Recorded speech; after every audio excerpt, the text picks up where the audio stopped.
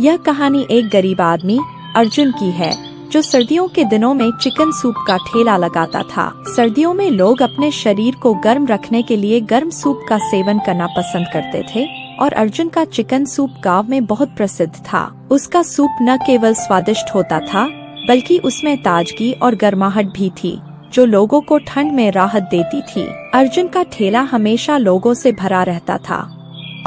क्या बात है, इस सर्दी में गर्म चिकन सूप का ठेला ही सबसे सही है। सारा ठंडा मौसम जैसे इससे दूर हो जाता है। अर्जुन, तुम्हारा सूप हमारी ठंड का सबसे अच्छा हिस्सा है। इससे शरीर को ताजगी और गर्माहट मिलती है। धन्यवाद, आपकी सेवा करना मेरे लिए खुशी की बात है।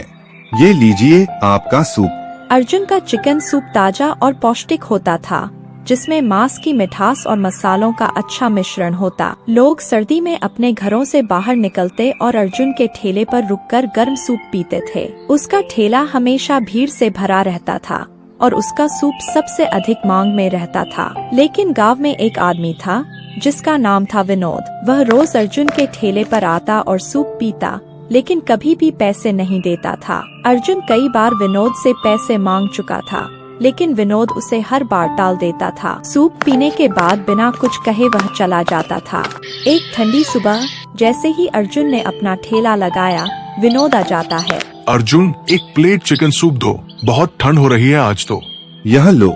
वाह, गर्म गर्म चिकन सूप पीकर सारी ठंड गायब हो गई। चलो अब चलता हूँ। विनोद भाई, आज के पैसे दे दो, मेरी बोनी नहीं हुई है। पहली प्लेट तुम्हें दिया था। क्या कहा तुम? पैसे मांग रहे हो? जानता भी है मैं कौन हूँ? मैं इस गांव का बड़ा आदमी हूँ। मेरी बात नहीं मानेगा कोई। मैं रोज तुम्हारा सूप बिना पैसे के पीने आऊंगा और तुम कुछ नहीं कर पाओगे। विनोद भाई, यह तो गलत है। मैं तुम्हें रोज मुफ्त में सूप नहीं दे सकता। विनोद गुस्से में आकर अर्जुन का ठेला पलट देता है जिससे सूप गिर जाता है और कंटेनर टूट जाते हैं। सारे लोग डरकर वहाँ से भाग जाते हैं। विनोद भाई, ऐसा मत करो।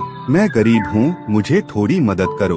अब देखता हूँ तुम यह चिकन सूप का ठेला कैसे चलाते हो। मुझे मना करने का क्या फायदा है। अब तुम्हारा ठेला बर्बाद हो चुका है और तुम्हारे पास कुछ नहीं बचा। अर्जुन का सारा ठेला बर्बाद हो गया। उसके पास अब पैसे नहीं थे कि वह काम को फिर से शुरू कर सके। अर्जुन बहुत दुखी था और उसे यह समझ नहीं आ रहा था कि वह क्या करे। तुम पुलिस को क्यों नहीं बताते? विनोद ने तुम्हारे साथ कैसा बर्ताव किया है?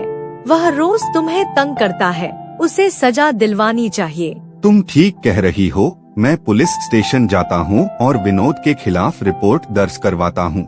अर्जुन घर से बाहर जाने की तैयारी करता है लेकिन तभी उसने देखा कि विनोद के घर के बाहर लोग जमा हुए हैं और घर में आग लगी हुई है। अच्छा हुआ, विनोद जैसे बदमाश के साथ ऐसा ही होना चाहिए। उसने सबको तंग किया, अब उसकी बीवी और बच्चे जलकर मर जाएंगे। हाँ भाई, यह सही है। अब उसकी बीवी और बच्चों को उसकी करनी की सजा मिल रही है। अर्जुन ने इन बातों को अनसुना किया और विनोद के घर में घुस गया। उसने बड़ी मुश्किल से विनोद की पत्नी और बच्चों को आग से बचाया। जैसे ही अर्जुन उन्हें लेकर बाहर आ रहा था, विनोद भी वहां पहुंच गया और उसने अपनी आंखों से देखा। मेरी पत्नी, मेरे बच्चे। अर्जुन, तुमने मेरे परिवार को बचाया, जबकि मैंने तुम्हारे साथ जो किया उसके बाद भी तुमने हमें बचाया। विनोद, तुम्हारे परिवार का इससे कोई संबंध नहीं था और वैसे भी उन्हें बचाना मेरा कर्तव्य था। भैया, आपने हमें बचा लिया। आपकी बहुत बहुत मेहरबानी है, वरना हमारे साथ कुछ भी हो सकता था। बहन, संकट टल गया। हमें भगवान का धन्यवाद करना चाहिए। अर्जुन, मैं तुमसे माफी मांगता हूँ। मैंने जो किया उसके बाद भी तुमने हमें बचाया। जितना भी नुकसान हुआ मैं उसका पूरा भुगतान करूँगा और तुम्हारे काम को फिर से ठीक करने में मदद करूँगा। अब से मैं तुम्हें परेशान नहीं करूँगा। मुझे अपने रास्ते पर आना है। ये शायद भगवान का इशारा है कि मुझे अपनी करनी को सुधारना चाहिए। विनोद ने अर्जुन के सारे पैसे वापस कर दिए और फिर से उसका ठेला तैयार करने में मदद की। उस दिन के बाद विनोद ने अर्जुन को परेशान करना छोड़ दिया और अपने बुरे व्यवहार को भी छोड़ दिया। इस घटना के बाद गांव के लोग अर्जुन की सराहना करने लगे क्योंकि उसके अच्छे स्वभाव के कारण विनोद जैसे बदमाश ने अपना रास्ता बदल लिया।